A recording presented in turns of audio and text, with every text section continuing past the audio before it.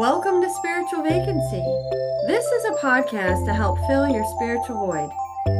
We discuss everything from psychic mediums, Reiki practitioners, palmistry, astrology, all the way to aliens and religion.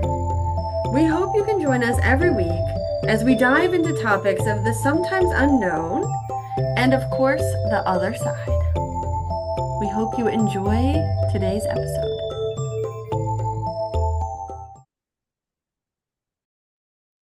Well, welcome back to Spiritual Vacancy. It is good to be back.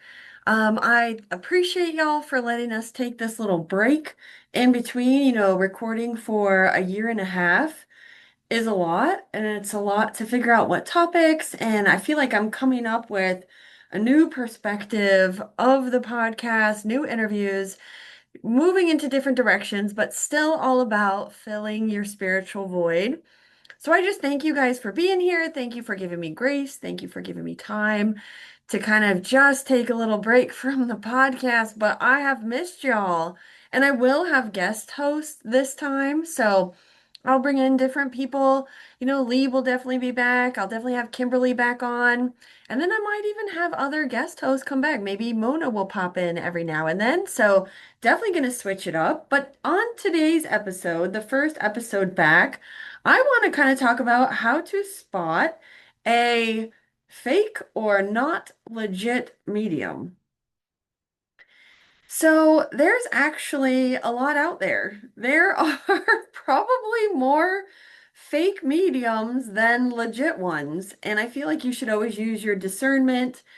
The first red flag I always mention is, when you go to fill out a form or to book a session with a medium, if they need a photo of your loved one, if they need your full name, date of birth, all of that stuff, that's red flags. They shouldn't need a photo of your loved one. They shouldn't need names of who you want to connect with. And they definitely shouldn't need your date of birth. You can Google a lot of information from where somebody's located, the date of birth, the photo. I mean, that's like way too much information, especially if you're paying for a service. Also, like if you go to a medium and whether it's on Zoom, on the phone, or in person, and the first thing they tell you is, oh, you have a dark shadow around you, either hang up the phone, definitely get your money back if you already paid. If you haven't paid, don't pay. And if it's in person, just get up and leave. Those are fear tactics to try to scare you into the session or make you pay for a spell. Or if, like, there are some mediums out there where if they are selling a product, like, say, a candle, and they're like, you have to buy this $1,000 candle to take this curse off you or this spell off of you, and then you have to buy it every month for 12 months. And you have to pray to it and like wish this negative energy away. That is the biggest crock of shit ever. Most people don't have a dark spirit hanging out with them unless you knew somebody in this life that was like a serial killer or like somebody that had like really bad or negative energy. They might be around, but they're also connected to you, but it doesn't mean that they're there to attack you. So those are just a few things to like be on the lookout for. I also say word of mouth. 90, probably 99% of my clients come to me from referrals, from people that have had sessions with me, and then they tell their friends or family, and then they spread the word because that's firsthand experience. But a lot of times people are so fake, like mediums, even professional mediums. Obviously, I won't name any names with this episode. I have prior, but there is one female that is very, very popular on TikTok, and I had to actually block her.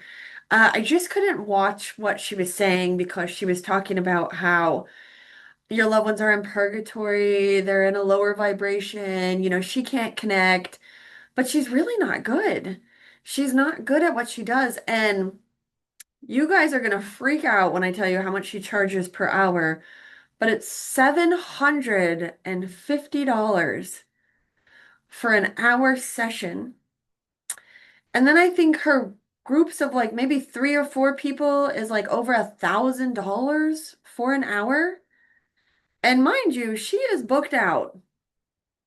So people believe her, which is totally fine. I feel like if you are getting healing in any way from the medium that you go see, I am not one to judge your healing journey, but I would like to like, talk about discernment or, what you should look out for.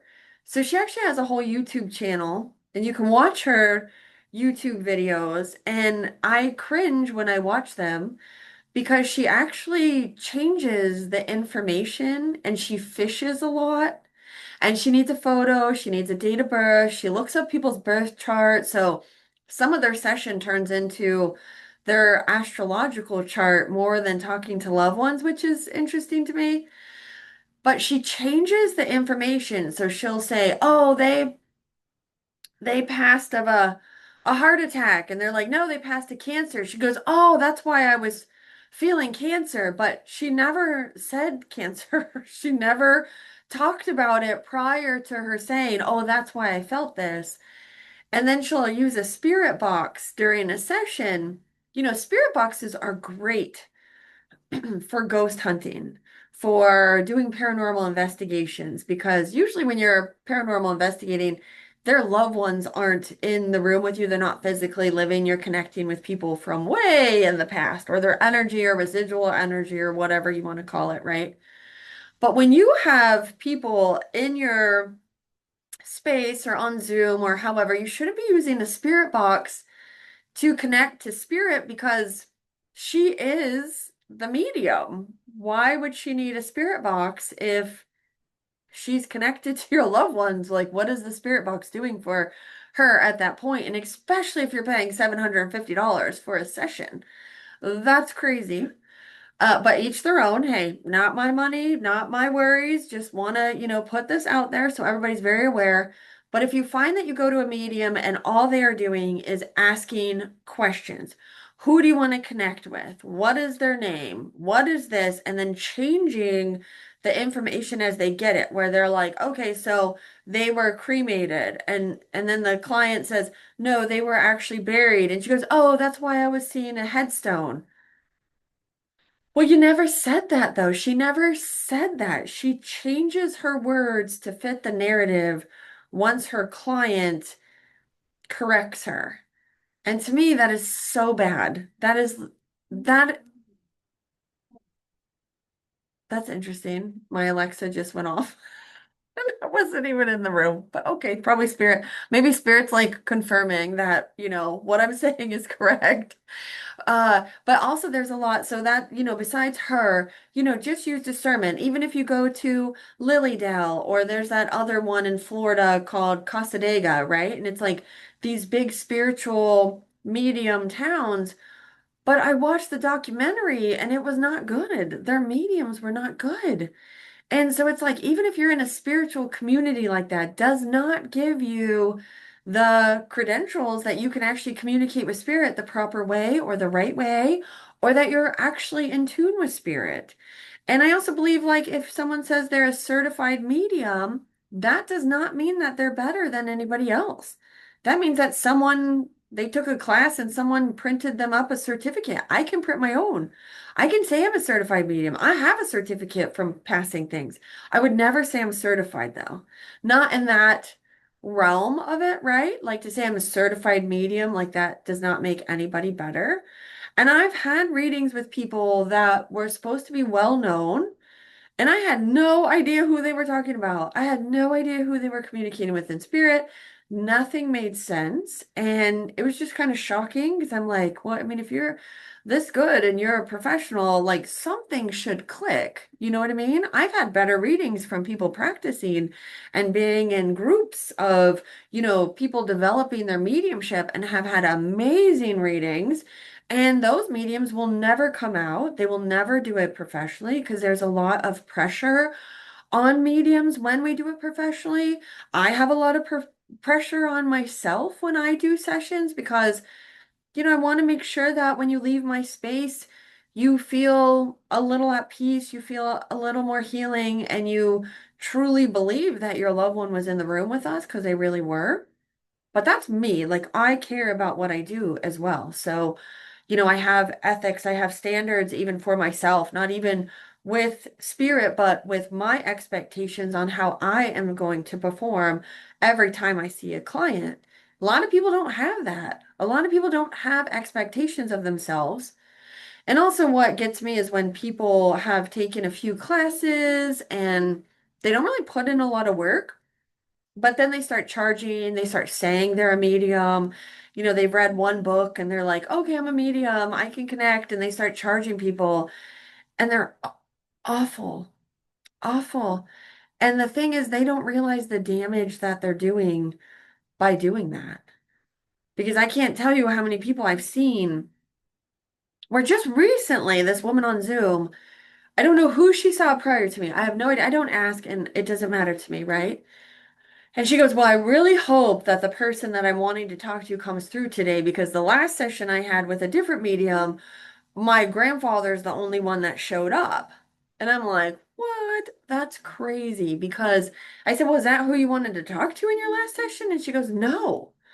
So to me, that means that that medium is very underdeveloped. It's very much easy to go to the grandfather, grandmother image because of you can look at the person in front of you. I mean, if they look like they're in their 70s, the odds that their parents are passed are pretty good. You know what I mean? Or even their grandparents have passed, right? But when you get into, and if that's who they want to talk to, that's fine. But when you get into other parts where that's not the only people that showed up. And I have to tell you, her husband was like, took over the whole session. Her grandfather, I don't even think he showed up. I don't even think he was there. I mean, he was, don't get me wrong. Your loved ones are always there. But I mean, I'm like, how in the heck did she not communicate with your husband the whole time? Because, like, he was so strong in our session, but I also feel like that's with development. And I developed my ability for 5 years. That's longer than most people go to college for their degree before I even went public and professional with these offerings, with what I do, because I was scared. It was actually one of my friends kind of pushed me, like, you have to do this like, you have to get a website, you have to have a Facebook, you have to start offering this. And I was very nervous because I could tell you this was not on my bingo card in my journey of life ever. I have a restaurant, I love food, I love to eat, I love to cook. Uh, it just wasn't something that I thought I would be going into professionally ever. Like I enjoyed it for myself for a long time, or working with other mediums that were developing is some of the best part. I have met so many amazing women and made so many amazing connections online. It's just been such a beautiful journey. And I know I probably won't do this forever, because with anything, we retire, we slow down, eventually I'll probably go more into teaching of it and let other people take over the reins. Not anytime soon, so y'all don't get worried. This is not now.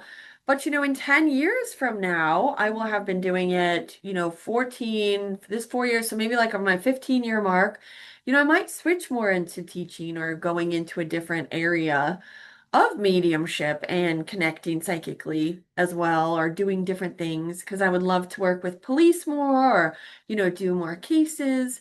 And, but to get back on track, I always say use your discernment, use your gut feeling, go with your gut, do research on the medium.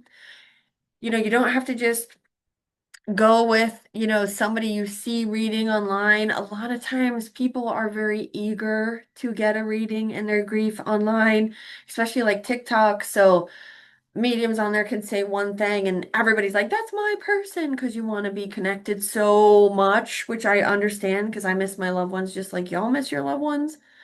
But it's special. It's a very intimate It's an intimate healing session, and I'm kind of like your therapist. I don't remember my sessions, And also the words that are spoken in my sessions do not leave my sessions. So it is a trust. You got to feel comfortable and connected to the medium that you are with, that you're around. And I feel so honored of how many people feel connected or drawn or choose me to allow me to give me the opportunity to connect with their loved one because it is the highest of honor, the highest of privilege for me. And I respect your loved ones in spirit. But I always say just be very, very careful of all the fakes and the frauds and how they just want your money. And if a medium is telling you to come back, every week, every 2 weeks, that's a red flag too. It's not healthy. It's not good for your mental health. You're relying on the medium to connect to your loved ones that you can do on your own. So if a medium is constantly pushing you to book with them or be with them, that is a red flag. And you just got to be very careful because, like I said, they can do more damage than good when you see somebody that is not reputable or not trained properly or that hasn't done the development. And that is ego. That is their ego, the medium's ego, trying to jump before it's their time. So those are just some of my red flags for me. And please let me know in the comments, have you ever had a really bad reading or somebody tell you things that were not true or they were dark or talking about dark entities? Let me know in the comments, have you experienced a bad reading, a negative experience with a medium that you thought would have been good or that you thought you would have got some healing out of and you didn't? Or were you scammed? Were you scammed for money and they didn't deliver. They didn't do what they were saying they were going to do? So let me know, because I have. I have gone through that. So I am in your boat. I am in your boat. But usually the ethical thing is to do is for them to refund your money. But the thing is, most won't. So I hope you all enjoyed the first episode back. I will see you all next week. I hope you have a beautiful rest of your day and namaste. Bye.